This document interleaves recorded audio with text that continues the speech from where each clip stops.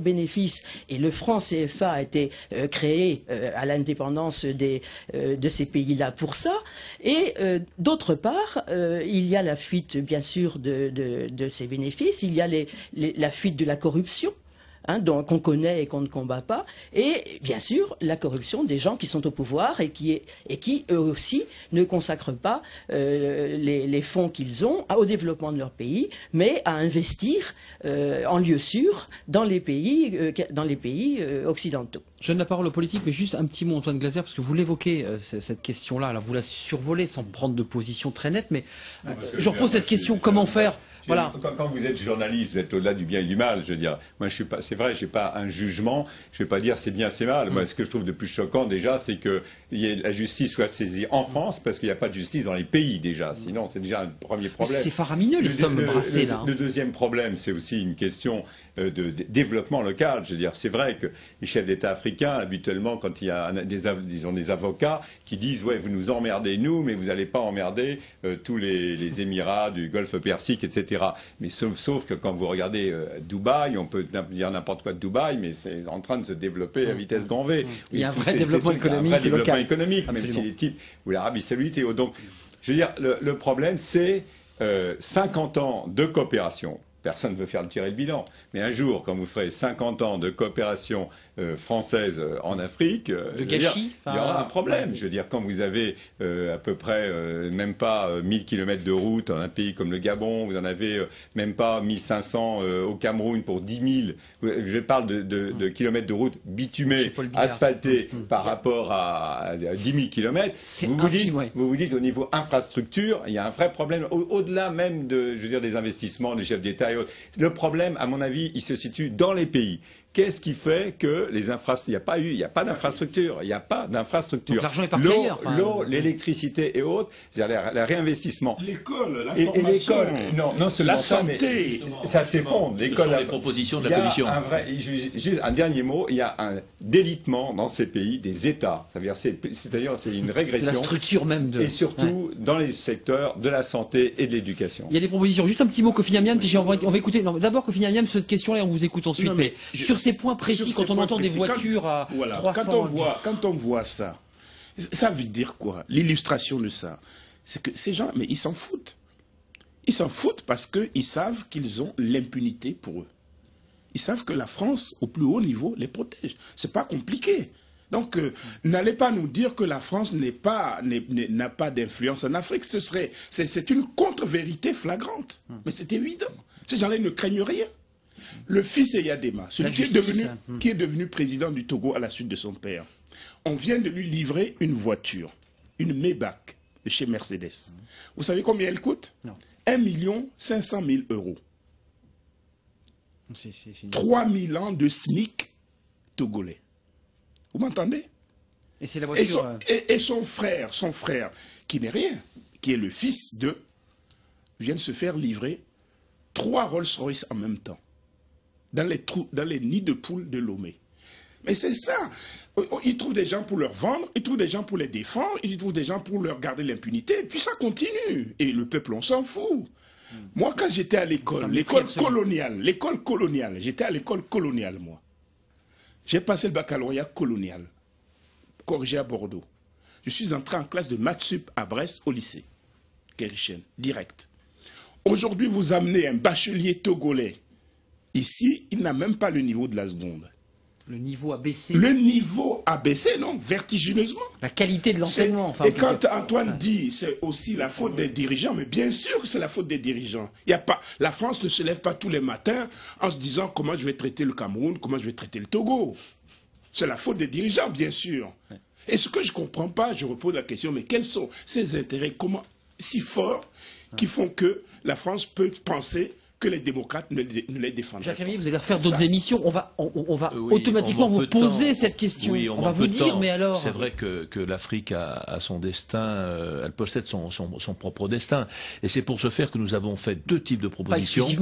Pas exclusivement sur ce qu'on entend. La France est là, quand même. Oui, mais malgré tout, quoi. Dans le cadre d'un partenariat d'égal à égal, il est évident que sur notre rapport, on n'a pas pris position sur tous ces problèmes politiques, sur tous ces problèmes. C'était pas le. Qui sont bien réels, enfin. Oui, mais c'était pas c'était encore une fois, c'était pas la commande que l'Assemblée nationale, enfin du moins que la Commission des Affaires étrangères avait. Nous avons fait 2 types de propositions. Nous nous en tenons au fait que le président de la République, j'y reviens, a dit au CAP, il faut que le Parlement soit plus associé. Et nous faisons la proposition de créer, à l'instar de ce qui a été fait avec la Douma russe, une commission interparlementaire, n'est-ce pas, et qui travaille avec le Parlement panafrique, n'est-ce pas, et ça permettra justement d'évoquer donc tous ces problèmes et d'évoquer tous ces dossiers. Et nous mettons l'accent dans 3 directions essentielles qui viennent d'être soulignées. L'éducation, justement, pour plus de démocratie. On le voit bien dans le cadre de cette discussion. Il faut plus de démocratie. Pour plus de démocratie, il faut plus d'éducation, il faut plus de formation et il faut plus de santé. Mais je disais dans votre rapport qu'on a le sentiment qu'il y a une sorte de 2 temps, c'est-à-dire plus d'économie dans les nouveaux pays non francophones, c'est-à-dire l'Afrique du Sud, l'Angola, pourquoi pas, et puis vous développez l'éducation dans les pays de l'Ouest. Paradoxalement, il y a une croissance qui est importante là-bas. Donc il faut que nos chefs d'entreprise retrouvent également le chemin de l'Afrique, donner du travail, donner de l'emploi. N'est-ce pas? Oui, nous sommes quand même, effectivement, nos associations espèrent que le Parlement va se saisir de cette question africaine qui est toujours traitée à l'Élysée, en catimini, et avec des gens comme Robert Bourgi qui n'a aucune délégation pour gérer la politique. Voilà, il était avocat. Voilà, il était avocat. Après Jean-Christophe Mitterrand, après Foccart, on a quand même eu cette tradition absolument antidémocratique de la gestion de la politique africaine. Mais Odile Deubner, c'est la question de ce soir. On tourne autour, mais concrètement, le chef de l'État a quand même tenté cette rupture. Alors, elle n'arrive pas au rythme peut-être que certains le voudraient, mais il a annoncé des choses quand même. Oui, on est quand même en double commande, si vous voulez. Ça veut dire, c'est vrai que par rapport au discours de Cotonou, qui était un vrai discours de rupture du candidat, qui était du candidat, mais c'est vrai aussi que, je veux dire, c'est vraiment le premier président qui n'a pas de gris-gris dans son bureau, qui n'a pas de masque africain, et franchement, on le sait, enfin, l'Afrique ne l'intéresse pas, faut pas se leurrer. Il pense que la France, il a des amis qui font des affaires en Afrique. Oui, absolument, mais il pense que les intérêts de la France sont plus importants au Proche et Moyen-Orient. Il se gêne pas pour le répéter. Et c'est vrai qu'il a trop vu l'Afrique à travers l'immigration. Ceci dit, c'est vrai aussi qu'au niveau du business et autres, encore une fois, l'Afrique se mondialise tellement vite que si vous discutez avec des boîtes de BTP, je veux dire, il y a des gens qui ont des grandes situations en Afrique, des grandes entreprises françaises, je suis d'accord. Mais globalement, après l'affaire de Côte d'Ivoire et autres, franchement, vous aviez 140 000 Français avant en Afrique. D'ailleurs, c'était une critique. Il y avait 50 000 Français qui faisaient tourner la machine en Côte d'Ivoire. On appelait ça le miracle ivoirien. Et vous aviez des Français à tous les étages du machin. C'était complètement verrouillé. Mais la réalité, c'est que c'est vrai qu'il n'y a pas eu d'investissement dans les nouvelles générations d'Africains, ni en Afrique, ni dans la diaspora ici. C'est absolument incroyable de voir comment les Américains utilisent les Racine, Black Caucus et autres, tous les Noirs américains. Vous êtes dans les rues de Douala, ils chantaient. Il y a un Noir sur le toit du monde. Je veux dire, et la France, il se réveille un matin en disant ah oui, oh là là, il faut qu'on rattrape ça, on va vous faire de la diversité. Mais c'est franchement avec quasiment 20 ou 30 ans de retard. Vous êtes d'accord, Kofi Nnamien, avec cette analyse-là? C'est-à-dire qu'on est vraiment dans un... Là, c'est ce que vous disiez, Jacques Romeillet, on a perdu du terrain et ça semble irrémédiable. On a perdu du terrain. Alors, nous, modestement, je vais vous donner un exemple. Kofi Nnamien, d'abord, et Jacques Romeillet. Je vais vous donner juste un petit exemple. Nous, modestement, en Bretagne, constatant ça, je vais voir le président de ce qu'on appelle Bretagne Internationale. C'est une association qui est le bras armé pour l'internationalisation de la Bretagne, de la région politique Bretagne. Et je dis quand même, on vous voit partout. On vous voit au Japon, on vous voit en Corée, on vous voit en Russie. Mais pourquoi vous n'allez donc pas en Afrique? Il y a 4000 entreprises en Bretagne Internationale. Eh bien, depuis 2 ans, je les amène, moi, je les conduis en Afrique. Le VRP de la Bretagne, en quelque sorte. C'est à Ouaga, c'est à Bamako, c'est à Cotonou, c'est à Lomé, c'est à Dakar. Et là, on s'en va à Niamey, puis à Abidjan, pour leur dire, allez donc discuter avec vos pairs. Vous voyez ce qu'ils attendent. Sur le lait, la Bretagne est une terre d'excellence. Oui. Sur la production de la viande, la Bretagne est une terre d'excellence. Pour la production de la volaille, l'agroalimentaire, sur la pêche, la Bretagne est un pôle d'excellence. Eh bien, allez donc là-bas, faites des affaires. Je ne vous demande pas de les faire de la coopération. Votre rapport parle de ça. Le rapport parle de ça, effectivement. Et puis la France, hélas, elle s'est retirée au moment où il ne fallait pas qu'elle se retire. Et puis nous avons quand même des actions à l'Assemblée nationale. Vous n'êtes pas d'accord avec ce dit Antoine Glaser? Un désintérêt présidentiel qui ne donne pas de priorité à l'Afrique? Si vous voulez, moi j'imagine quand même que le président de la République sera intéressé quand même par le rapport qui vient d'être voté aujourd'hui et qui va s'y intéresser de très près. Il a dit qu'il fallait que le Parlement soit associé. Si il a dit ça au CAP, c'est qu'il souhaite que la politique de la France prenne un nouveau départ en quelque sorte.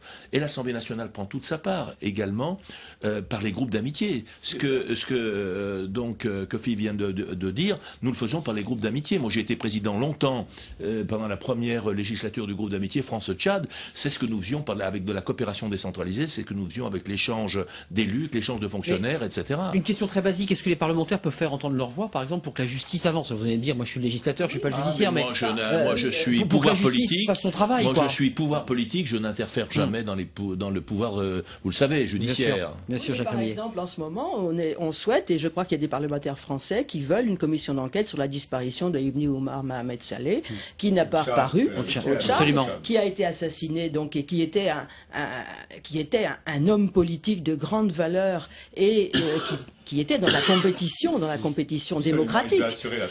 Il a été tué pour supprimer la démocratie. Il a été tué. Et la France sait ce qui lui est arrivé. Elle ne veut pas le dire, puisque on a quand même des témoignages qui disent qu'un médecin français a constaté peut-être sa mort, et on a refusé ensuite d'aller lui demander de témoigner. Donc nous, on demande une commission d'enquête parce que le président Sarkozy avait dit qu'il voulait la vérité. Absolument. Et jusqu'à présent, on nous dit, bien, on suppose qu'il est mort, c'est tout. Cette période très complexe au moment où Idriss Déby était en difficulté. Le président Sarkozy était à N'Djamena.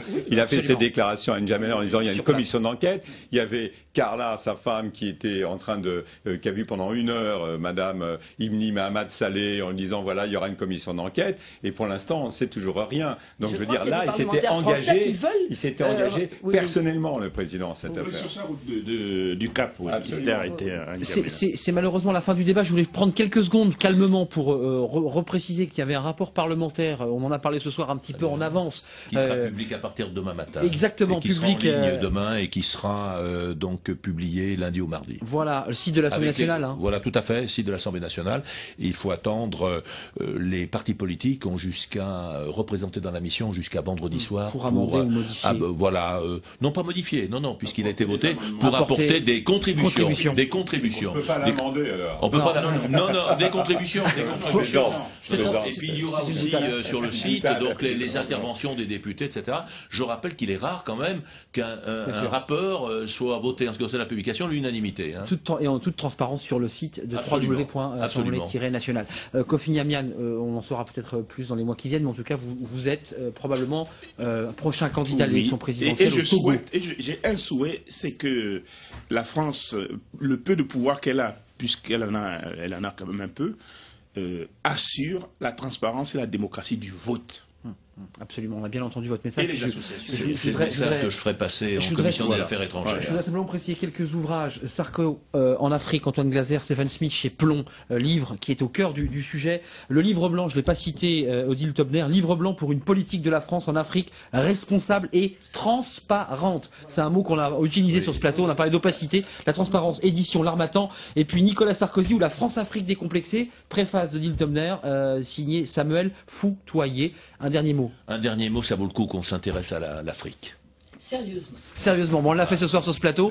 Demain, on s'intéresse, nous, à la psychiatrie dans Ça vous regarde. Ça grogne côté psychiatre. Après les déclarations du chef de l'État, Nicolas Sarkozy, on fera un point sur ce dossier psychiatrie. Commencez à nous écrire www.lcpn.fr. Et puis demain, si tout va bien, on retrouvera nos sentinelles citoyennes. Pour des raisons techniques, elles ont disparu. Mais c'est temporaire. On les retrouvera, évidemment. Elles sont, évidemment, les bienvenues. Ce numéro de téléphone, si vous souhaitez devenir sentinelle citoyenne, le 01 40 63 90 47. Voilà, merci à tous, bonsoir, merci de votre fidélité et à demain. Merci.